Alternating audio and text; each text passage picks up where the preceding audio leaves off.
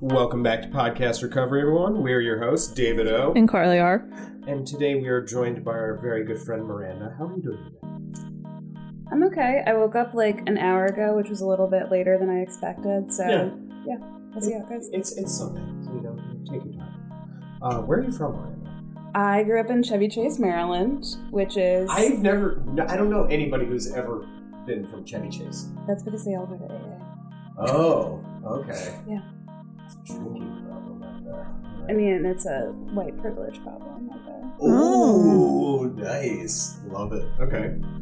So you grew up in Chevy Chase? Yeah, I grew up in Chevy Chase. I tried to get out of the area like multiple times and just kept coming back. I went to college in D.C., got clean in D.C., and then somehow ended up here. Where'd you go to college? Georgetown. Shut the fuck up. You went to Georgetown? Yeah, you want to... So my thing, right, is that I... right. So I was at Harvard for half a semester. Oh, you went shit. to fucking Harvard? Yeah. So I dropped out of Harvard, which makes me pretty cool because Mark Zuckerberg did that, Bill Gates did that, Miranda did that. Right? You're keeping high company. I knew you were smart, but holy shit.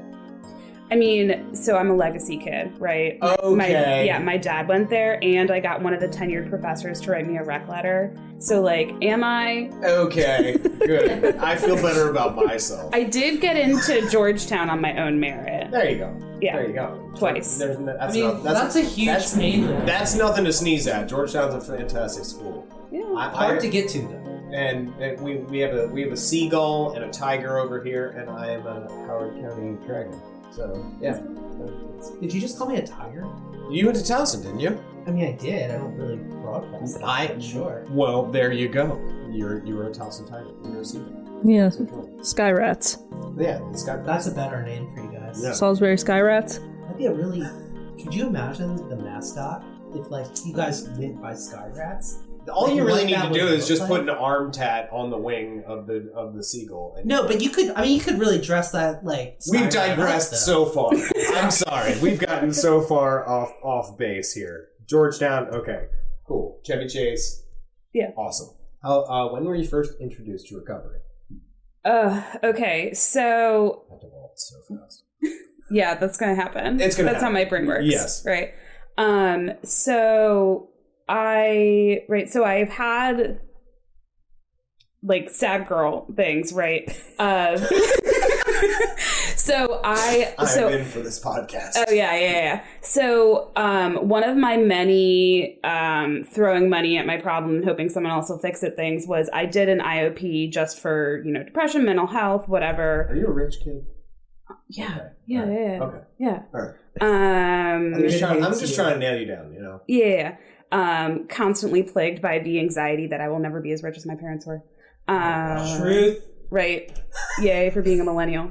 But no, so I was in an IOP strictly for mental health, and one of my college friends basically narked on me to my mom, who narked on me to my psychiatrist, that I was at a pretty active substance abuse problem, right? And I didn't talk about it in therapy because I was like, that's an outside issue. Okay. And so I was strongly encouraged, and you said I can like name drop shit, right? Yeah. Okay, great. So I was strongly encouraged to go to AA, right? But I was in Bethesda at the time, right? And so the meetings near there were Midtown AA. And so they were like, oh, I mean, there's a bad reputation for it, but it'll be fine. So then, I like went online, read the article. I was already like, right, just from tangentially knowing about 12-step fellowships, I was like, oh, it sounds kind of culty. And then I read the article where they like actually turned it into a cult, and there was all this weird stuff. And I was like, oh fuck no, right? That did happen. So I, very altruistically took one of my friends to an AA meeting because she had a problem. Right. But then she was like drunk there, so I had to like take her out halfway through. And so I'm sorry, she's embarrassing me. I mean, she was pretty bad. So, right, that was, and maybe like a year later, I had a friend who got sober, and I was kind of confused about it because I was like, she never even drank as much as I did. She clearly doesn't have a problem. And in retrospect, she definitely 12-stepped me. I thought she just wanted to hang out, and it happened to be at a meeting. You know, just like the act of denial. You got dope fiended into a meeting. Right? Where I was like, I really didn't believe that I like could possibly need that. When I was living in Colorado, I had 2 friends who... That was very Baltimore. Colorado.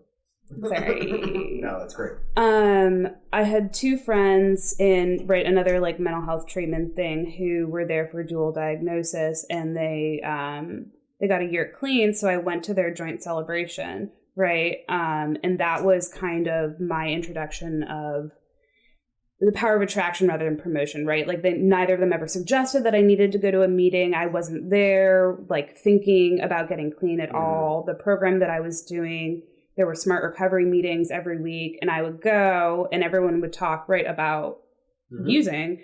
And I would say, you know, I really can't identify with that. I'll talk about my eating disorder here, right? Because just like the active denial of like having a problem, because in my mind, right, I had like a picture of a drug addict and it's not what I was. Yes.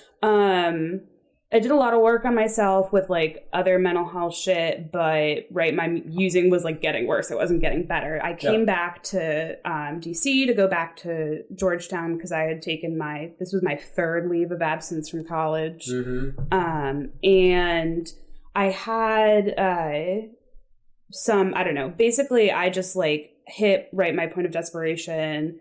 And like had this moment where I was like, oh fuck, I really have a problem. I need to do something about it. And then I remembered that my friends, I was like, they were really cool. They like had tattoos and they were fun to hang out with, and they did NA. And so I was like, all right, I'm gonna do that. All right.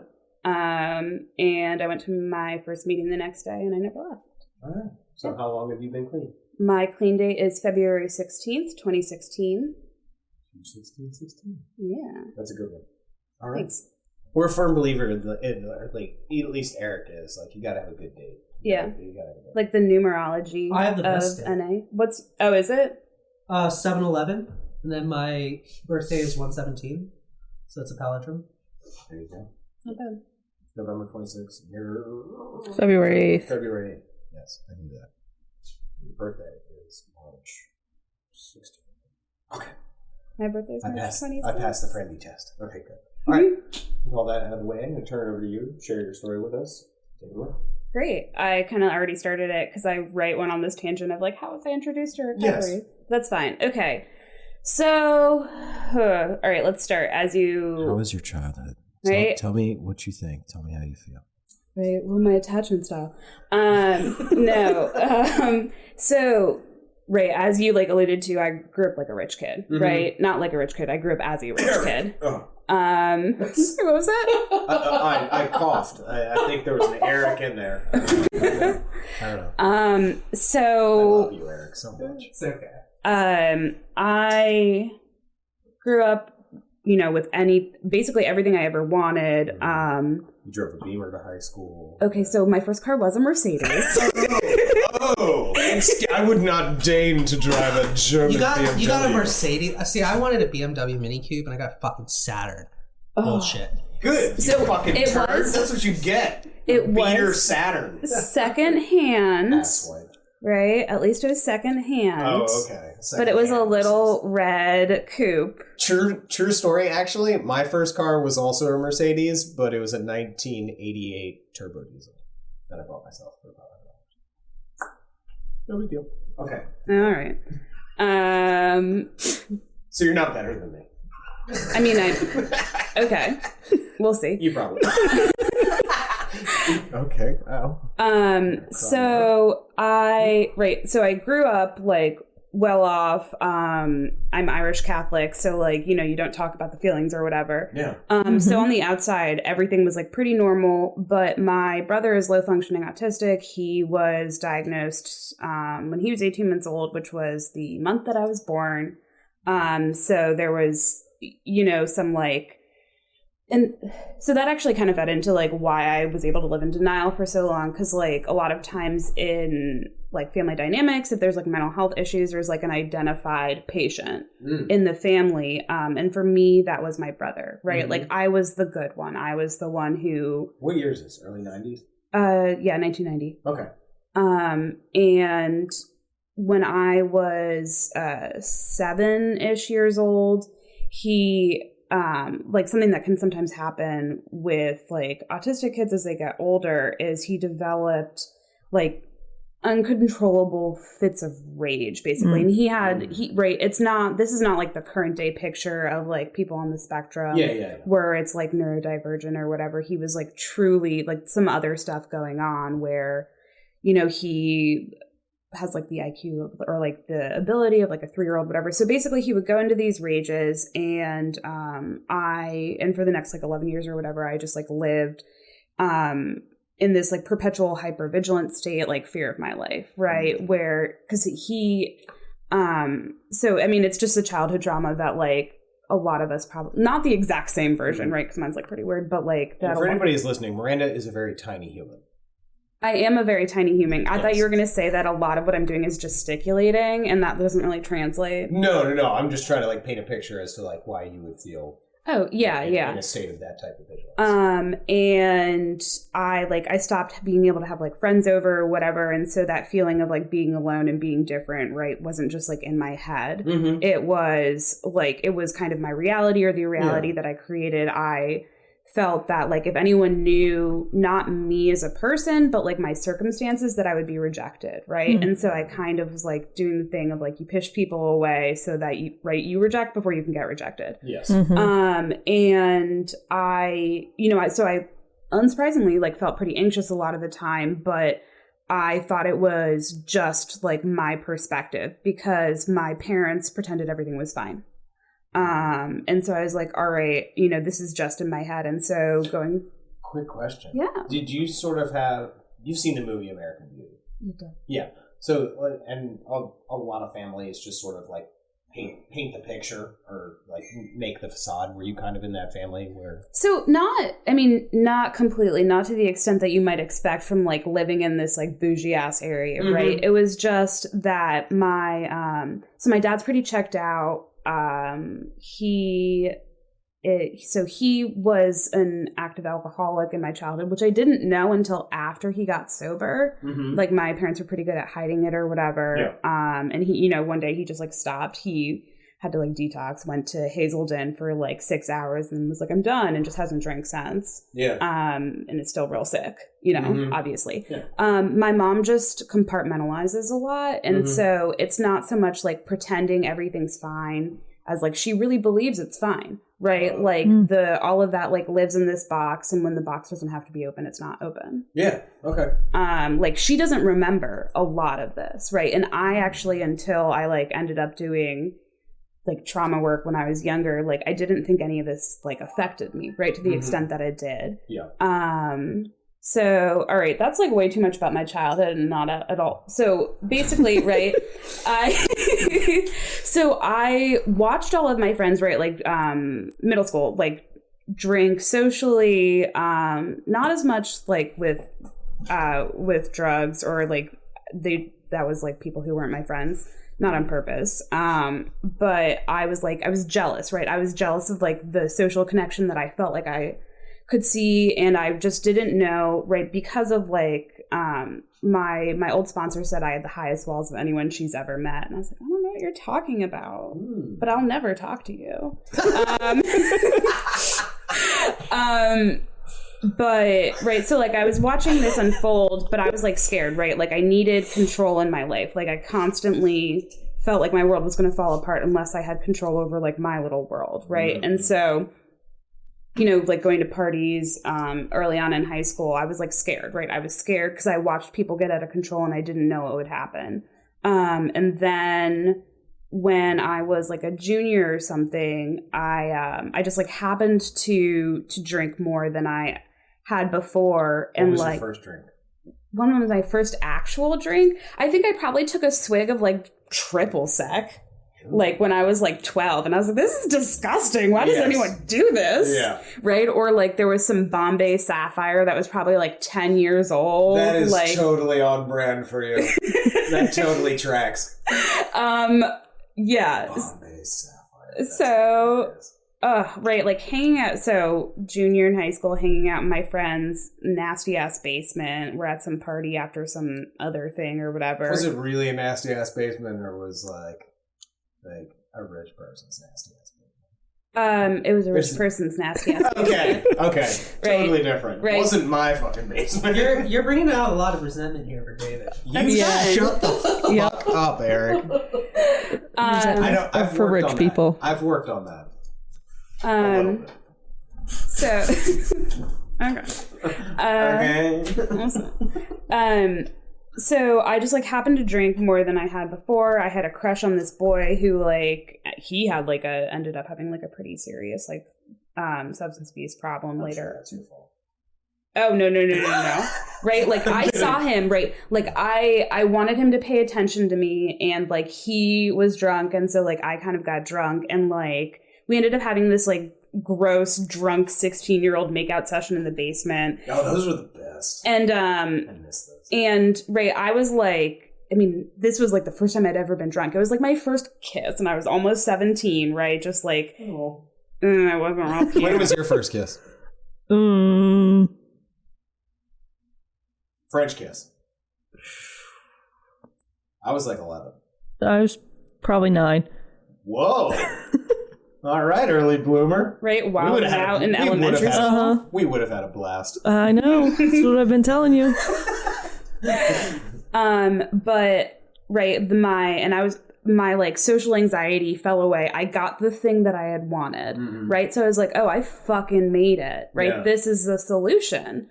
And, within 6 months, I was blacking out, falling down staircases, engaging in like pretty, questionable sexual acts or whatever. Cause I was like this, right. And so I thought I had like found the solution. And so for the next 8 years, right. Like that just kind of like kept happening because I was so inhibited all of the time, like so anxious. And it fucking got rid of it. And I just happened to really not end up doing a lot of like harder drugs because it just fucking worked for me. And just like genetically being Irish, right? Like the way that my brain like interacts with alcohol, it like does magical things. I mean, terrible. Is there a genetic thing?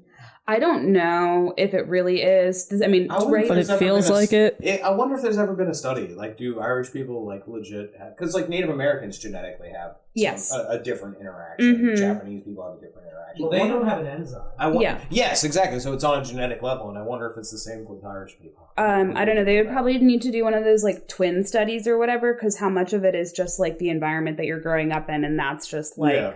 Well, there's plenty of Irish twins out there. Hey-o. My brother and I are almost Irish twins.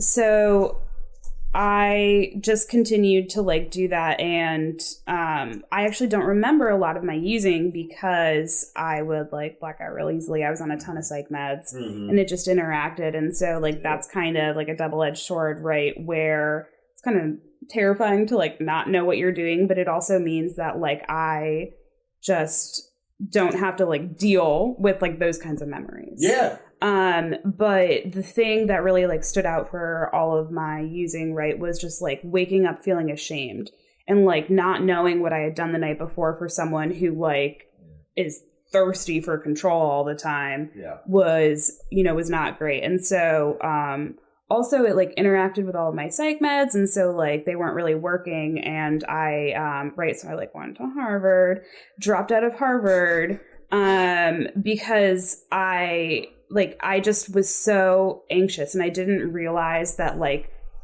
and part of that rate is like being 18. Like I didn't realize that other people experienced anxiety. I really thought that I was like alone in this. I thought it was in my head. I thought something was broken with me. And it was not something I ever talked about with my parents or my friends or anything. So I like came home one weekend to visit my high school boyfriend, right? Because it wasn't Thanksgiving yet. That's when you break up with your like high school boyfriend when you come home from college, Thanksgiving break. That's a thing? Is that what you talk about in these women meetings? Well, that's first semester, dude, of college. Like, no, I get that, but like I did, she said it like before you go to college. You're like, yes, this is going to work. Yeah. We're going to stay together forever. I tried to break up with a girl that weekend. It didn't work out, and I stuck with her for 5 years. It was a huge mistake. Yeah, you did the wrong thing. I did. Paul Herb. New problem. Okay, keep going. So I came home one weekend to visit him in like late October. That bitch. Right. God damn it.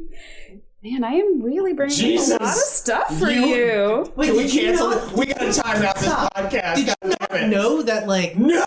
I have 4 sisters and I didn't know that. What Did the somebody hell? break up with you when they came back from college? Yes! Thanksgiving break? Yes! Seriously? Yes! That's, like, pretty standard. I didn't know that!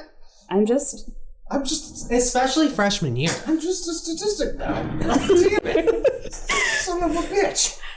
I came home. There was a paper that it was due when I was supposed to go back. I hadn't written it, and like something that's a big pattern of like, I do it less now, right? Like being clean and like kind of working on myself, I guess, a little bit, is that like I would get really anxious about something, and then in order to justify the way that I was feeling, because I didn't think other people felt that way, I would blow my life up, right? I'm like, if I feel this terrible, things must be this terrible. And so I would like bring everything down to justify the way that I was feeling, because my emotions were so strong all the time. Mm-hmm. So I just didn't go back.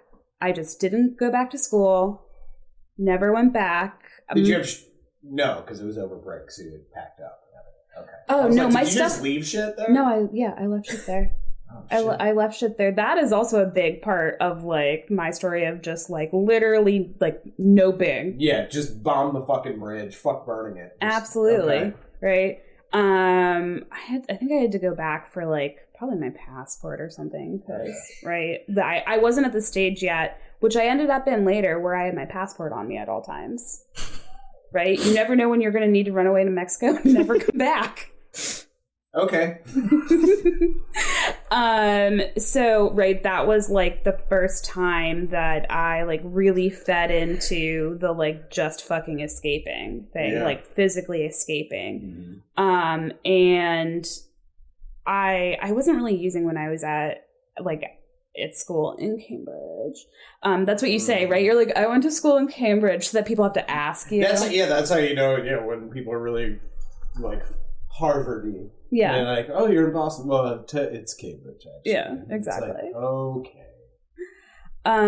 But so then I ended up at Georgetown, right? Like a year later, and I wanted, like, I didn't know how to make friends. I was like, all right, we just like get shit-faced and then make friends. Mm-hmm. And that's like how it works. And so I really never like developed part of doing that. And then like growing up, like I was told by a psychiatrist that I was too smart for my own good and had never learned how to work hard, which is... That tracks. I mean, like, it's true and like rude. Yes. Right? Rude. Oh, yes. I've had some harsh therapists. So I like that just like progressed where I like started using other substances. I had like a group of friends who were potheads, and like I had a terrible reaction to weed, which is honestly, right, there's a couple things that like now that I've been clean for some time that I'm really grateful for, which is like the things that are socially acceptable that like could be possibly like a reservation for some people, or like the thought of like maybe I can do this successfully one day. That was never my problem. Like that is hardcore not my story. Like I know that I can never drink again. I know that I can never like smoke weed again, and like that's, I don't know, it's just fucking fine. Yeah. But now I've like lost track of my story because I've been going on so many tangents. No, yeah. This is a Quentin Tarantino story. 100%. I mean, a little bit less blood, maybe. We'll see. We'll see at the end when everybody That's dies. True. That's true. Oh, are we going to do a battle royale? I hope so. So yeah, like using whatever, I actually felt like I was a pretty bad addict because like, not like bad, like I got really grimy, but like I was bad at finding drugs. That also makes sense. Right? I was like, it's probably one of the reasons that I ended up not doing a lot of drugs is like, I didn't fucking know how to find them. Where's the heroin? I don't know. I guess I'm not doing it. Yeah. I mean, but like actually, like I had a coke dealer find Jesus and I was like, I guess I don't do coke anymore.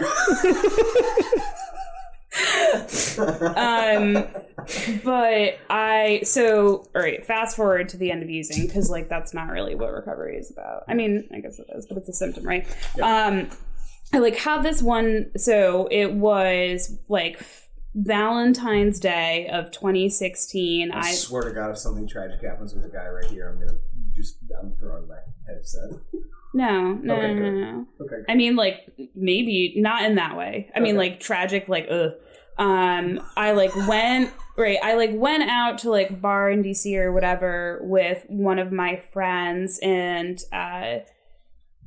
we went to some bar, and there was this bartender who like looked like a fucking male model, and like I ended up like hooking up with him in like the storage room or whatever of the bar because I was like pretty aggressive when I was like drinking. And then like later that night somehow I end up in the hospital. Not somehow. So as a direct result of using. Are any alarm bells going on at this point? Oh, in my life? In your head, yeah. No, I was incapacitated. Okay. This story sounds horrific. So Should we open up a file? There are many files. So this was the last time that I went to the ER, like because of using, but it was the last time. How many times have you been in the ER for using? 13. Holy shit. But I didn't have a problem. No, not one bit. No, there was no problem. Right. I just kept making like average. You were right? Shut the fuck up. Right. So even like through my first probably 18 months clean, I was just self-medicating. It was when my depression was really bad and I forgot to eat, right? Those justifications of like, I didn't eat and so it hit me harder and I was on too many like psych meds and like if I were just not sad, this wouldn't be a problem.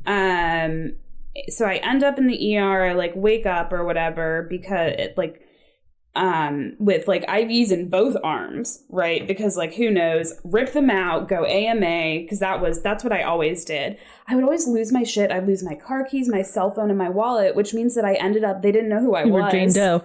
So yeah, so I don't have all of these like ambulance and ER bills, like right. That's awesome. That's great. I mean, I feel like that's going to be an amends I have to make at some point, like a living amends. I'm not going to pay the money. Yeah. But so I like do that and like rip them out, like hide in my apartment all the next day because that was part of my problem. And again, that's like another thing that I'm like randomly grateful for is because like the shame was so all consuming that I wouldn't use the next day, that I was never for the most part, I was not like an everyday user, right? Like the habit could have gotten worse. Real quick, I can just see in my head, like the next day after, you're just like in bed under a comforter, just like shame eating Ben and Jerry's, just watching some movie that's going to make you cry. I think it was Indian food. Okay. Yeah. It was like I would like leave my apartment just to like choice pick up. After an intense night, but okay. Indian? Why? Well, that's an intense food. Like, why would you go straight to that? Like, it doesn't have to be intense. I mean, we digress. So right, like hid in my apartment all the next day, and then the bartender's like texting me, and I'm like, all right, whatever. So I go to hang out with him the next night, right? Because that was not the last time that I used. Yeah. Right, because like whatever, that was just like, yeah, like it was fine. Like I was so, and something that I like do with like. And if I'm not blowing my life up because of how like shitty I feel about myself, the other thing is that I like double down, right? Where I'm like, I feel ashamed, but like that's not logical. So let me just do the thing that gave me shame in the first place to prove to myself that it's okay. Yeah. So I like doing ketamine twice. I only did ketamine once and it was by accident. That sounds horrible. I don't remember. It was horrible the 2 times I did it voluntarily. Yeah, I mean, terrible. I don't plan to ever do it again. No, it's a horrible drug. I really don't remember. But so I like went to hang out with this dude, right?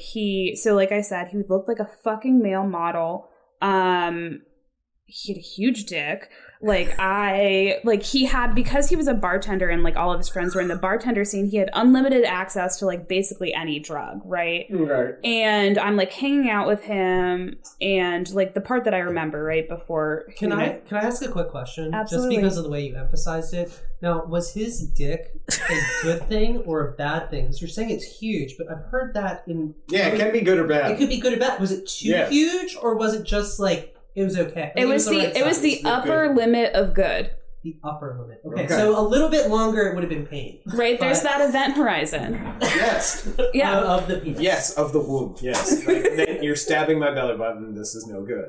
Exactly. So, okay, the upper limit of acceptable / good. Okay. Anyways, he grew up rich or whatever, but like was living in this shitty apartment and was just like telling me about his life, and I just like got this like overwhelming sadness, right, of being like, you have externally like all of these things that sound great, right? The unlimited access to drugs, like extremely attractive, like, but it was just like so depressing that he like had so much and his life was going nowhere.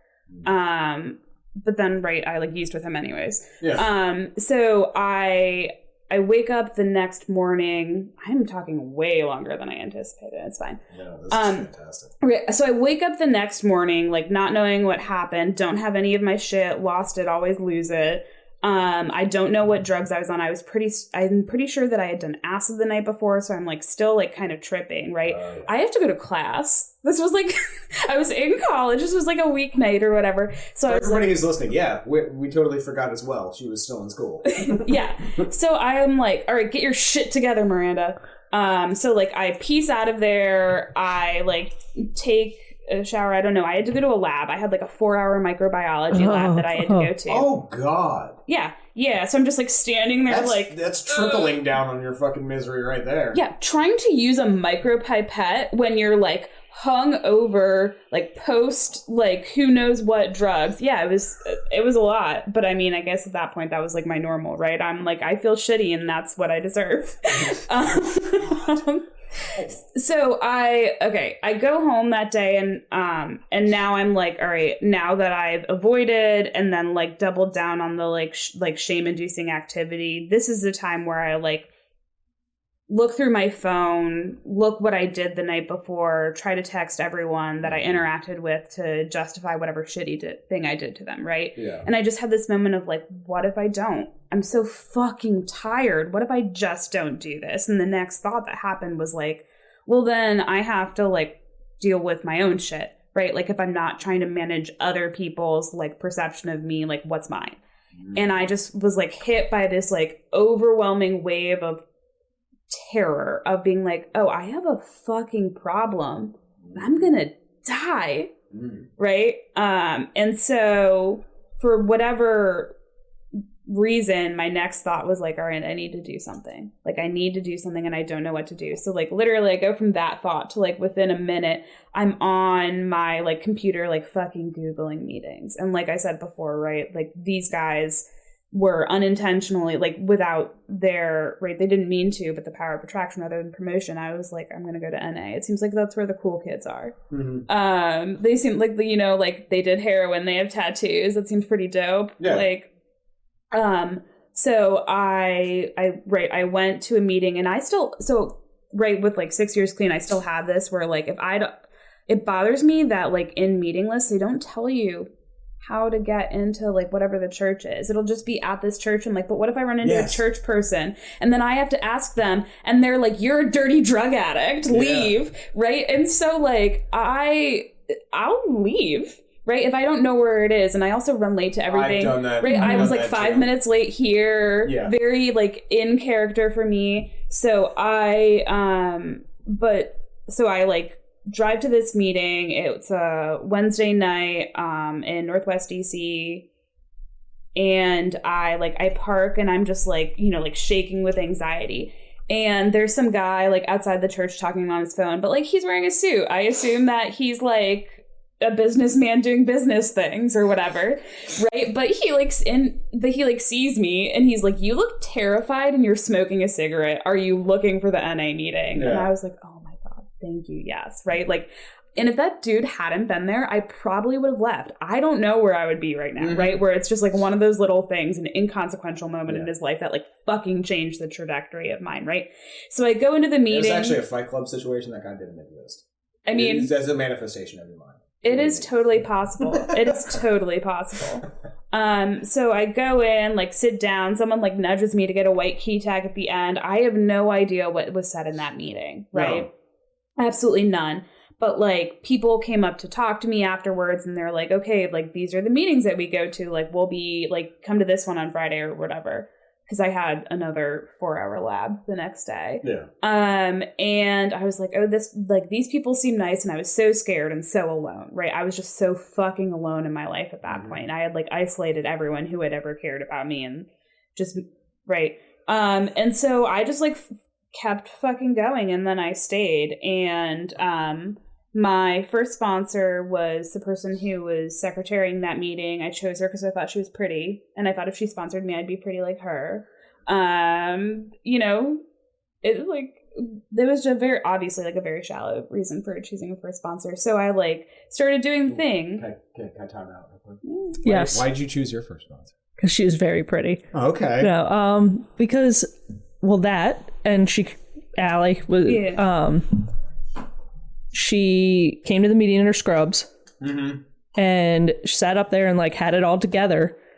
And I think was one of like the first females to come up and talk to me and invite me to come to a meeting. And I think, I don't remember, it might've been Bill who introduced us. But yeah, females and scrubs. Like just having it all, like coming into a meeting and her having it all together and has like a real job and like being able to see it from just looking at her, but then also hearing her story. That is such a juxtaposition from why I chose her. Her scared the shit out of me. First of all, when I first saw him, I was like, this dude is not clean. I was like, this dude is clearly fucked up as shit. And so, yeah, he scared the shit out of me, but then he said some shit in a very Herb crass way, and I was like, oh, okay, I talk like that. We might be friends. Because I probably look like I'm terrified and shitty too. So yeah, I went the opposite way. You guys were like, oh, let me work upwards. I'm right. like, I mean, I can't. Let me dig the bottom of the barrel. I'm not very good at speaking to people, and then speaking to women, and then that's not true. You're just you're very great one-on-one. Yeah, but and then Bill introduced us, and then then I went to Let Go and Let God that Saturday, and we just continued to stay in contact, and it felt easy. Nice. And I had never, I don't think, had that before. Okay, so you have your pretty sponsor. Yeah, right. So we'll call her Barbie. She's Barbie. Sure. She's a little more like alt than that, but okay. So she's emo Barbie. That's cool. Yeah. Oh, yeah, that makes sense. So I chose her for that reason, right? It was, I mean, so there was just like, sure, aesthetically, but also just like the vibe, right? Of like, she seemed like a cool girl. Yeah. It was fine. She's no longer my sponsor. I mean, she's a great person, right? Yeah. But like so I'm on my like third, Allie's my sponsor now. And it's just like going through those stages of like, I pick someone who like has something that I want. And like, because of fucking not being the same person I am when I like got clean, like that changes. Right. So you said you like dug the bottom deeper, right? And so like I didn't do that with my sponsor. I did it with when I had 2.5 months clean. There was a guy outside a meeting. He looked real sad. And I was like, so we're dating now. Because we're both sad. Right. So that's fucking awesome, actually. Did he ever talk to you before? Or did you just come up to him and was like, hey, so we're boyfriend and girlfriend now, like 5th grade. Okay? And here's my number. We might talk. We might not. The wheels are turning. So, a little... I think we had probably talked, but I had never noticed him before, really, because I think he hadn't looked as sad the time before that. Did you guys, like, high-five afterwards? And you were like, hey, I'm my boyfriend now. And I was like, literally rethinking every relationship in my life. I'm like, was I just the wet dog in the rain? Is that what I was? So, like, he didn't have, like, sad puppy dog eyes. He looked haunted. What is wrong with you? So much. So much. But so I go to this ghoul creature outside of a meeting, and I'm like, yes, this should be a healthy decision for me. Right? So I didn't say we're dating now. I wasn't that bad. But I did, like, I became, like... I passed him a note, circle yes or no. But I became, like, immediately infatuated, right? Like, feelings turned on. Like, intensity of feelings up to 100. Do you know this person? Or is this in DC? It's in DC. Okay. But... So I, like, reverse 12-stepped him, right? Because he had, like, 4 or 5 years clean at the time and, like, wanted... Right? Like, wanted no part of me. And I was like, no, but I get what I want, and I want this. Wow. Okay. And, like, then progressed the next, like, on and off 2 years of being clean, where I was like, all right, I found my person. I don't need to build a network. So, like, didn't really do that very effectively. So you were finding your higher power. So, but, like, higher... Because, like... Right, I like... this was just the goal at the Friday night meeting, dude. Yeah. You know? Yeah. But, like, he was... Before we... I just, like, kept the feelings to myself for, like, at least a week. I don't know. But, like, I was hanging out with him and other people and, like, got to hear, like, a fair amount about his, like, history, and he was... That's a noise. Yeah. There's a baby here. Yep. There's not nefarious things happening. Okay. It's not a ghoul. Could be. But, like, I heard a fair amount about his history of, like, treating women terribly, not, like, violently, but just, like, you know, like, cheating on them, like, doing really grimy shit or whatever. Yeah. Like, being clean, living dirty. And I was like, so I'm going to, I'm going to change you, because I've never been a fixer. It's more like, just by my sheer presence, you're going to fall so madly in love with me that you will magically treat me better. Wow. So, like, that's my thing, right? I will pursue, like, in some way unavailable, like, people, and then be like, in order to, like, prove to me that I am worthy by just, like... Are you a witch? Is this what we're going with? No, it didn't happen. Okay. So you're a shitty witch. Yeah, exactly. Thank you. I don't know. I kept him around for a while because, like, one, I'm really bad at like, stopping things. I mean, like, I obviously... Yeah, you ghost him. You ghosted the ghoul. I did not ghost the ghoul. Okay. No, I should have. But I like kept him, so I had gotten rid of this like one maladaptive behavior in my life, right? And like it's funny, once I got clean, I actually started doing terribly in school. And it's not because of like doing work on stimulants or anything. It was like in order to feel better about myself when I was like acting really poorly in one area of my life, I would overcompensate in others, right? And I got rid of that. So I no longer had my thing that would justify how shitty I felt, right? And so like I turned him into that, where I was like, as long as this one thing is terrible in my life, it makes sense that I don't feel well. And like that unfolded, and oh my God, I need to fucking talk about recovery. So I like very begrudgingly, so like while this is going on, I like very begrudgingly did my like first 3 steps because I was still living right in the denial of like, I'm not really an addict. I would tell anyone that, like outside a meeting, I was like, no, you don't understand. I'm special. Like, I went to Harvard. You don't know. I was like, no, I just have like depression and anxiety. And like, you're just a fucking peon here. I am. The screams of Eric so bad. I like the woman version. Yes, it's hilarious. So it's funny, right? Because like when I got Allie as my sponsor, I like went back over like my first 3 steps with her. I mean, I completely rewrote 3, but like just went over it, and like in my first step 1, it's funny because like the first question of the first step, it's like what I've done today, right? Where it like asks me a pretty simple question, and I'm like, let me paint a like picture for 30 pages. But like all over that, right, was like minimization, or that is not minimizing. There you go. Of any of the actual like using. Right, it was like all about the feelings, which is like, yes, this is like a disease of the feelings, but at the same time, like You got to keep the right perspective. Yeah. Like if I like continue to minimize it, then I'm not addressing the fact that like that's a very real part of my story. And so I just like wasn't feeling it, right? Like I stayed here, built like a stupid resentment against like everyone around me because I felt like, right, and like listening to meetings, listening to people, I was like constantly comparing out, like listening to people who were saying things that I didn't agree with, and then like creating arguments like in the flat book when I was like doing my step work. I was like, people are trying to convince me to be someone I'm not. No one is. Right? Like I'm just building this enemy in my mind or whatever. So it's taken me a really like long time to like be okay with being here. And like, I mean, I am now, right? Because I feel like otherwise I probably wouldn't mention it. Yeah. Right? No, I'm just going to be like, fuck this. Are you like, convincing us or yourself right now? No one. I'm convincing no one. I'm kidding. That's true. Oh my God.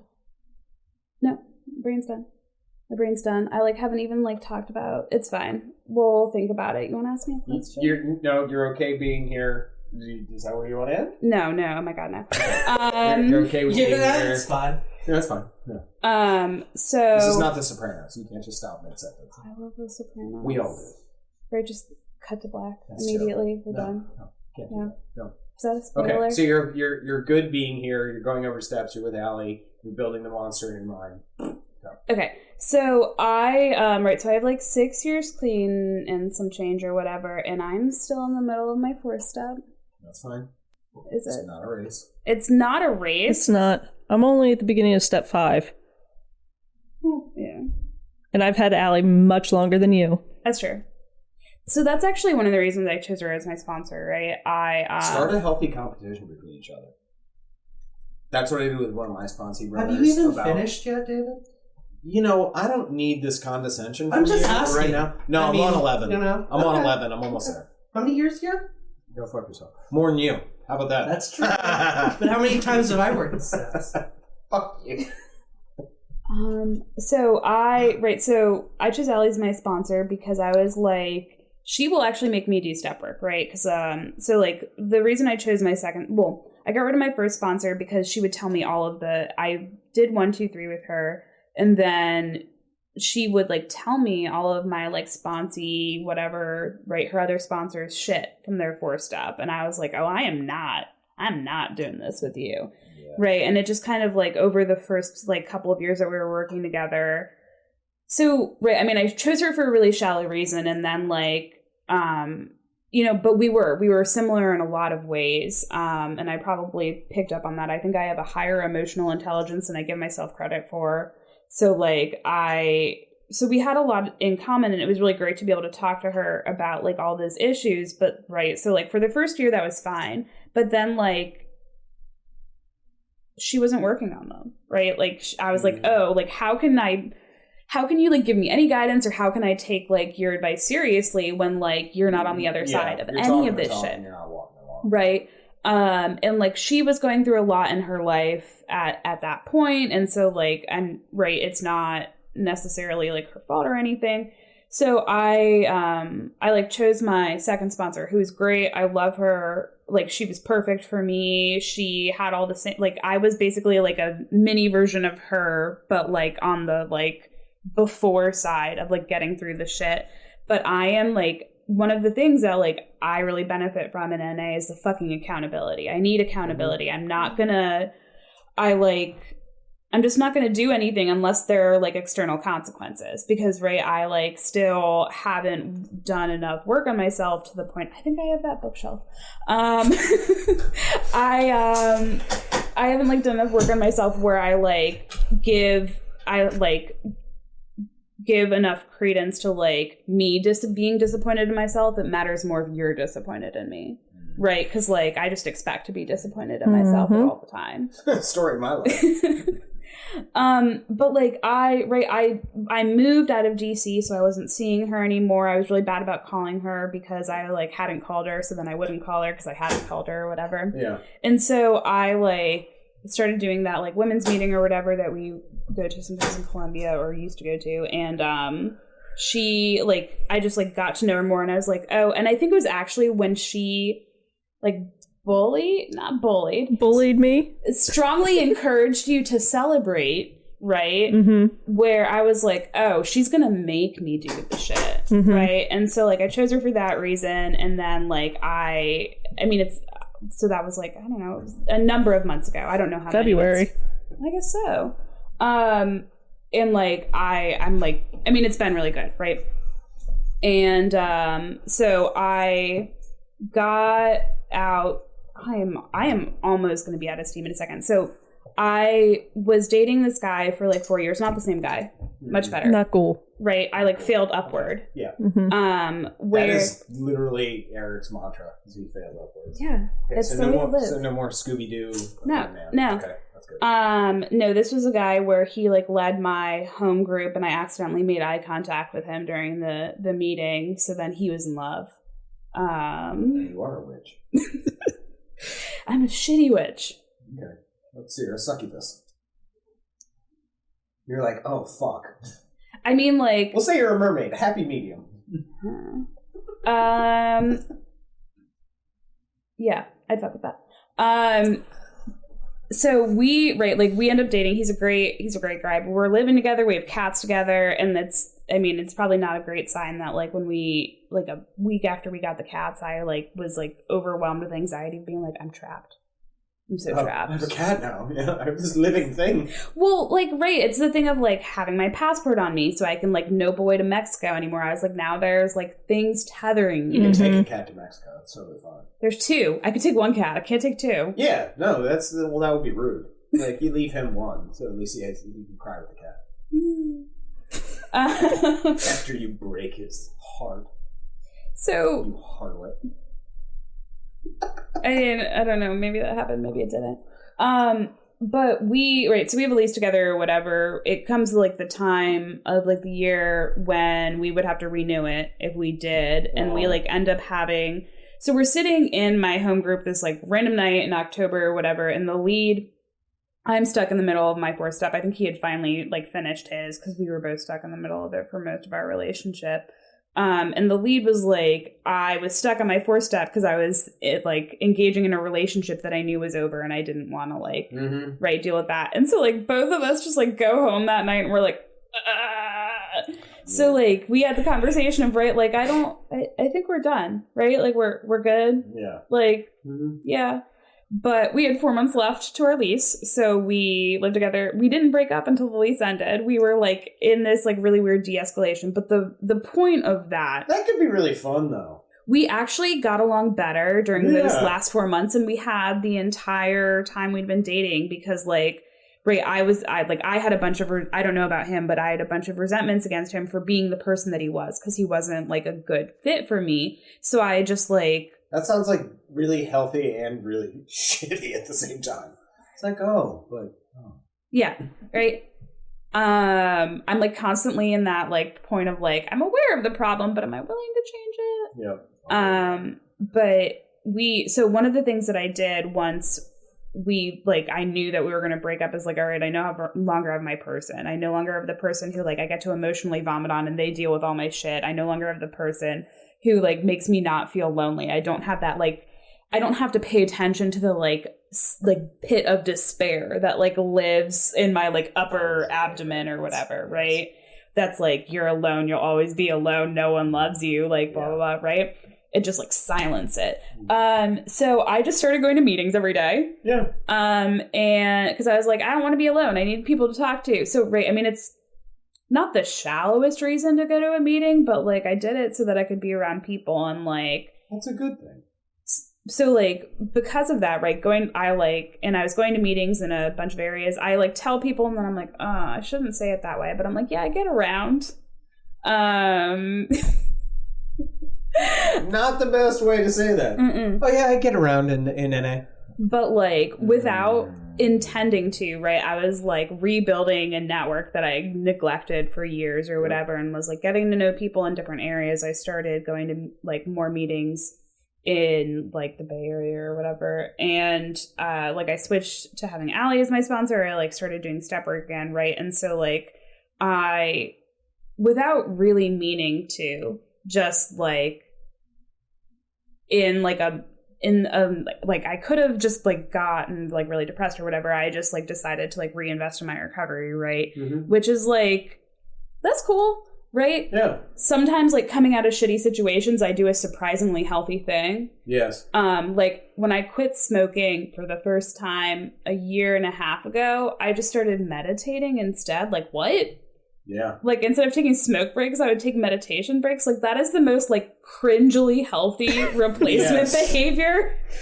I'm going to go meditate for 10 minutes. What? Yeah, and then I started running.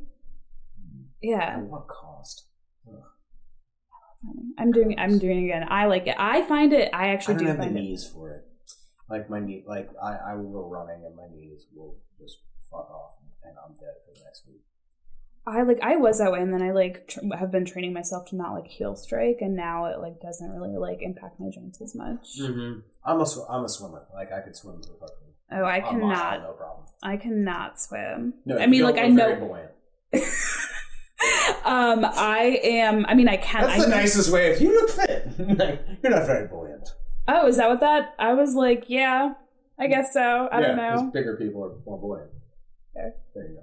Yeah, that's true. Science. You're welcome for your science lesson, everybody. It's knowledge is power.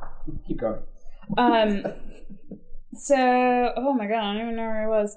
Oh, right. So I like just happened to not meaning to like reinvest in my recovery or whatever, and like I've just kind of been riding that wave, right, for the past like I think it's like 8 months or so of like I'm like starting to like not be as like militant about it, but I was going to like 7 meetings a week for like fucking like 7 months with like 6 years clean, and like I actually like was willing to celebrate, so because like Carly and I right have like around the same clean date, and like Allie was bullying her into it, and I was like actually like willing because I didn't celebrate when I had 3 years or when I had 5 years, and I did it and I was like cool with it.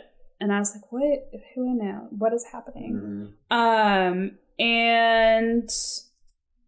yeah, dude, no, I'm totally out of steam. You can ask me any question, but like the linear trend is just done. Perfect. I mean, it wasn't linear anyways, but no, that's the best way to tell us. It's the beauty of it. Yep. Carly, would you like to go first? Absolutely not. All right. I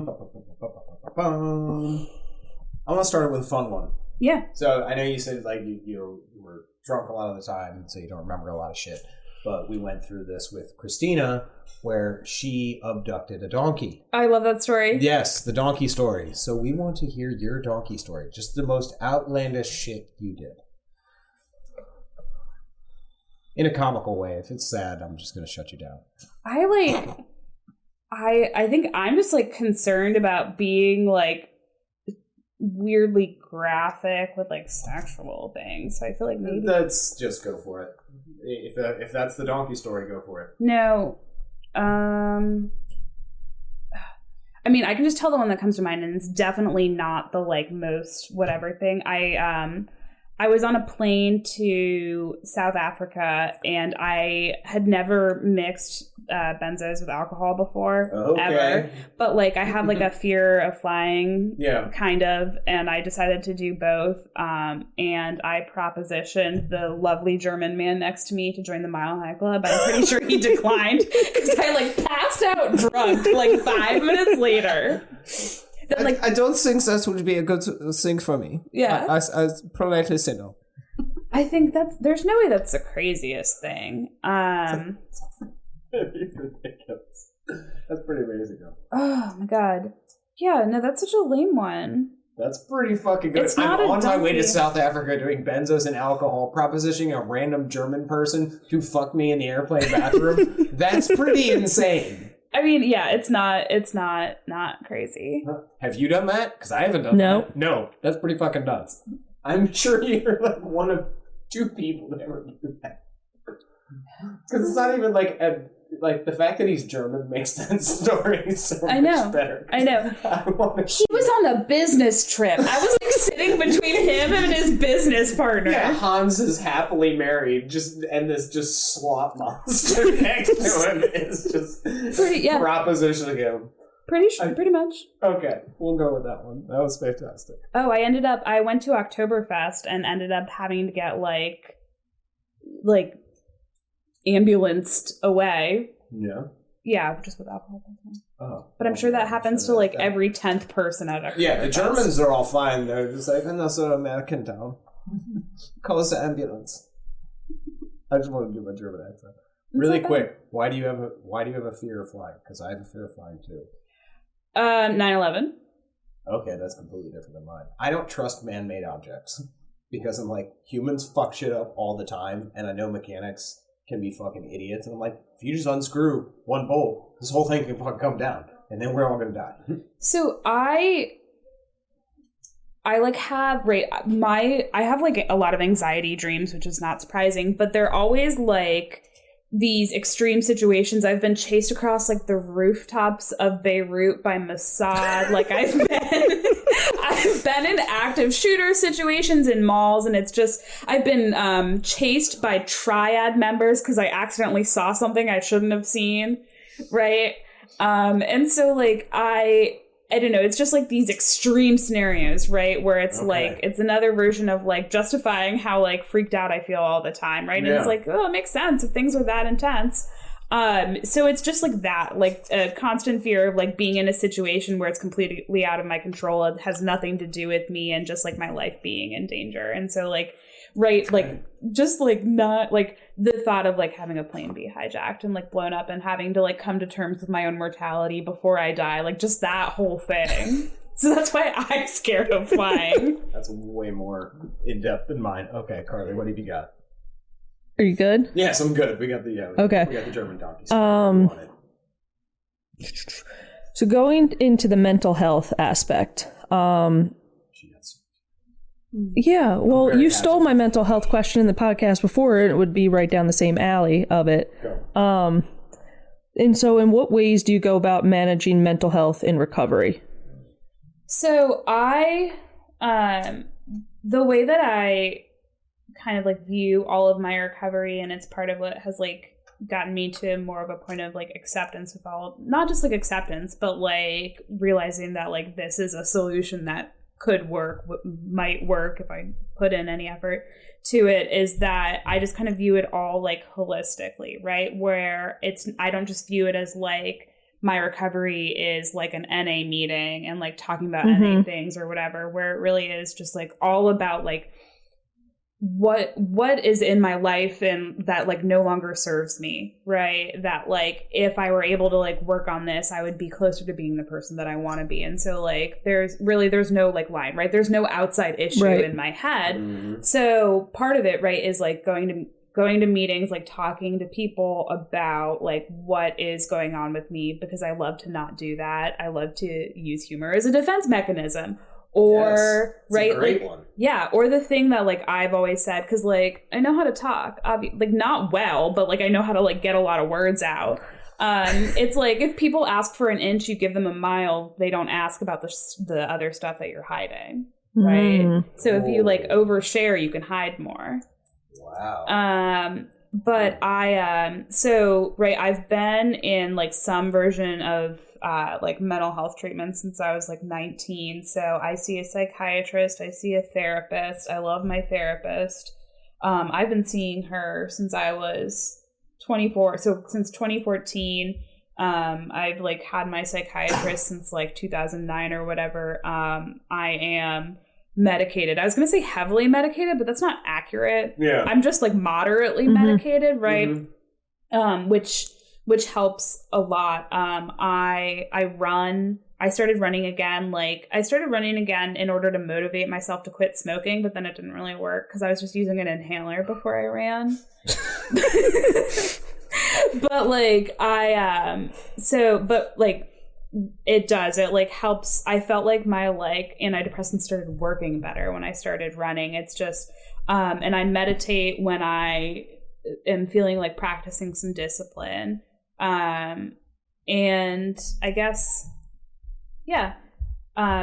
that is probably the answer I have, but I think a big part of it, right, is like trying to like use some of the tools that I've gotten in therapy and like in the rooms to like not feed into the like, because I will have a tendency to lean into the like feeling shitty, right? Blow my life up. I'm very surprised I've been in my job for 5 years and haven't ghosted it, right? That's like remarkable for me. Yeah, I mean, I'm a very, very big like supporter of getting outside help if you need outside help. Absolutely. All right.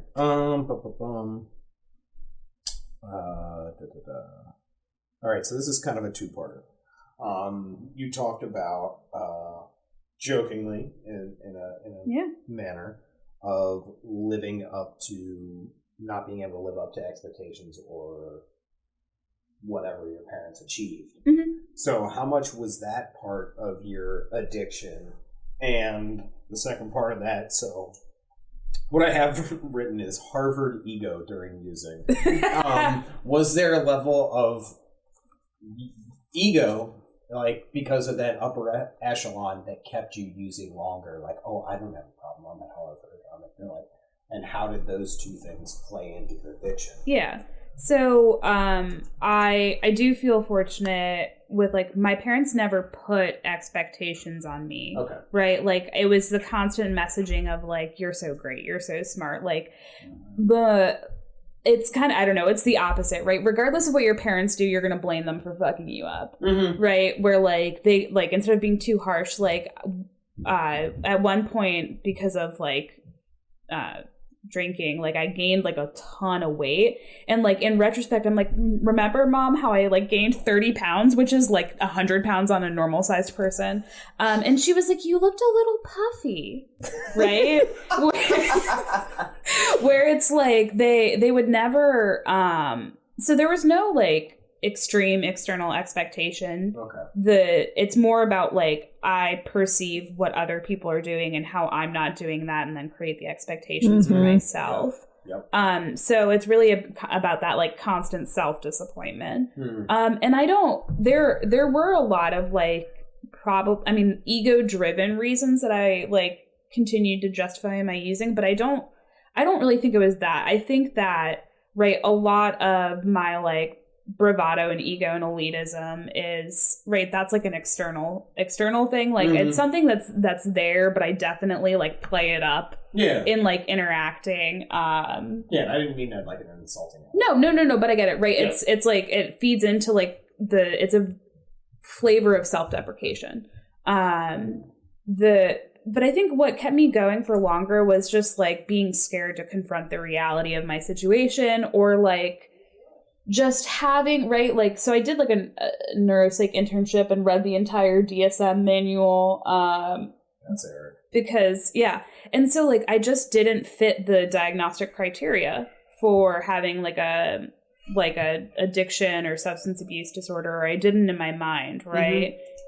So like if it didn't fit, I'm a very pedantic person, and so like if it didn't fit that label, then I didn't have it. Yeah, if you didn't have 10 out of 10 and you only had 8 out of 10, then you're not. Yeah, exactly. But I think probably a lot of it is just like that, like too smart for your own good, where I was just like able to like rationalize and justify it basically into oblivion. Oh yeah, and like that's actually a big problem in recovery is people who are too smart for their own damn good can just walk themselves right out of the rooms and right away from hell. I mean, yeah, like that's like I'll get to know people in the rooms and like feel we have very similar perspectives and like see things the same, and then they end up leaving. And like, right, that I have like a healthy level of fear around that, right? Where I'm like, okay, so like I have to keep in mind that that's like always a risk for me. Yep. What you got, Carly?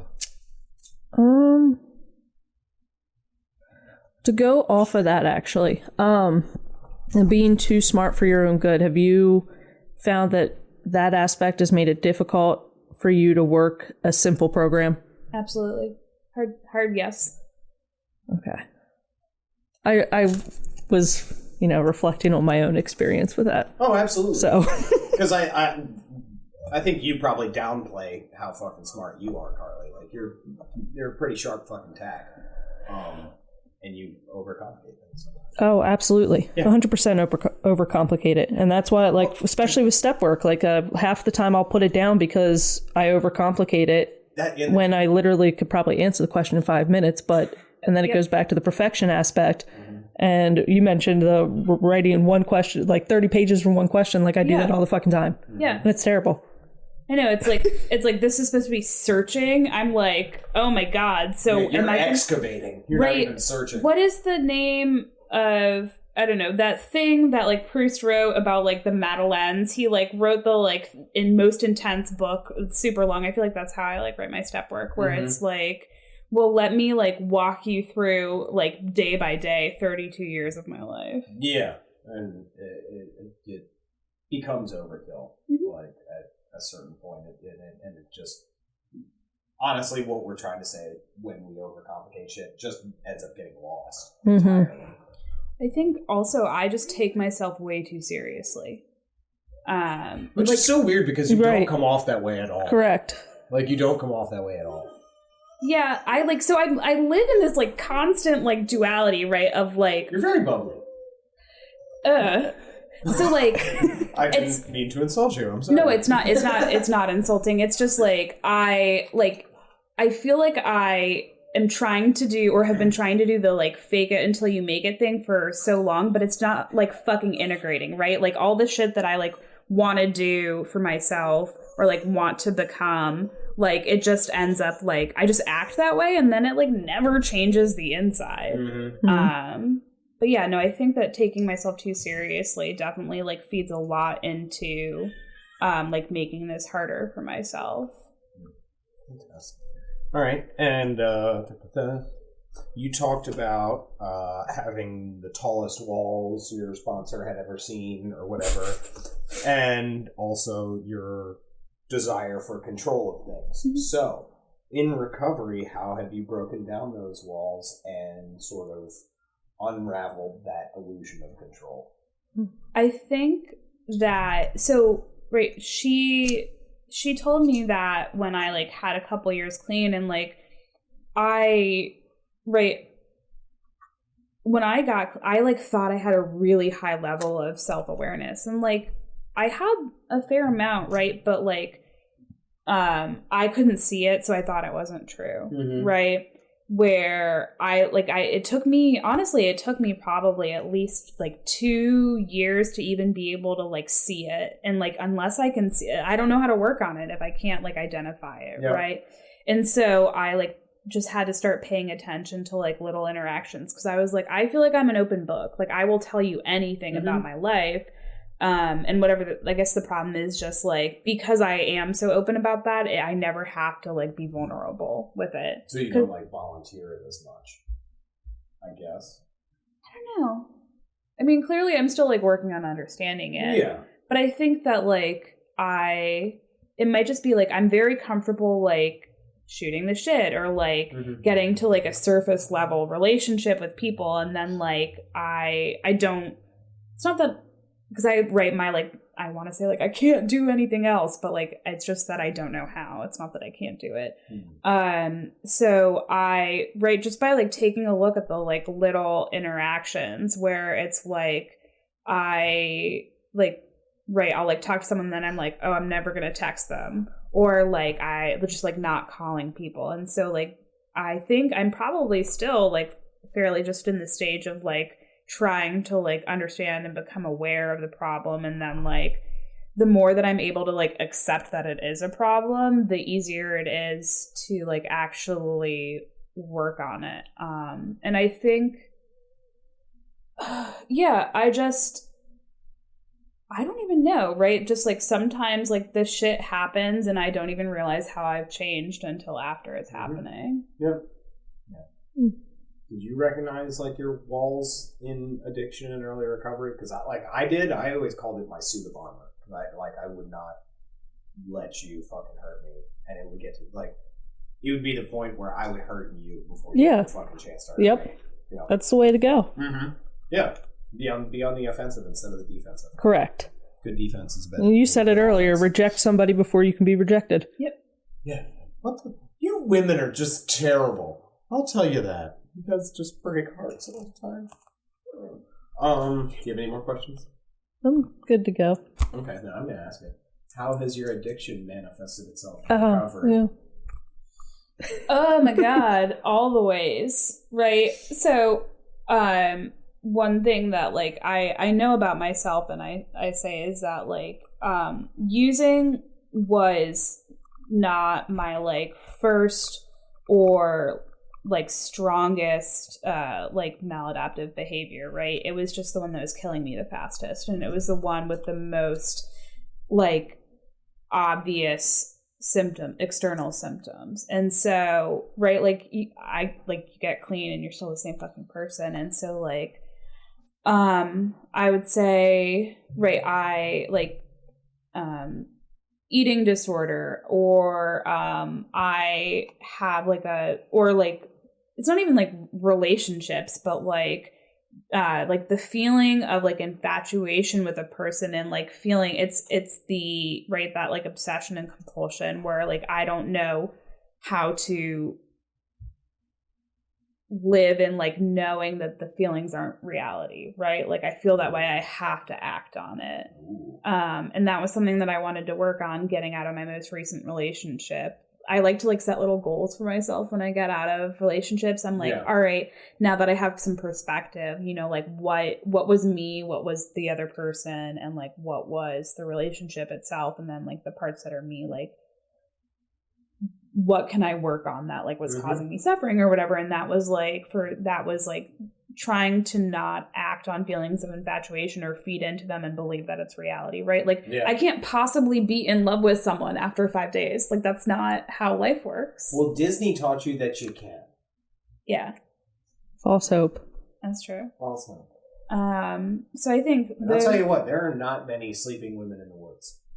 Because I just want this one. God, how much time have you spent looking?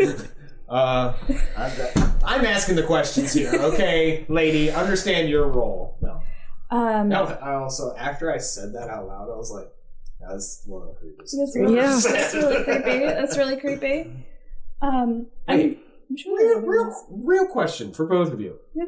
Is like the whole Disney paradigm, is that a thing for women? Like, do they have like sort of damsel in distress type fairy tale mindset of romance from childhood? Does that manifest itself at all? You're asking the wrong woman over here. That's true. Also probably that both are the wrong women. Yeah.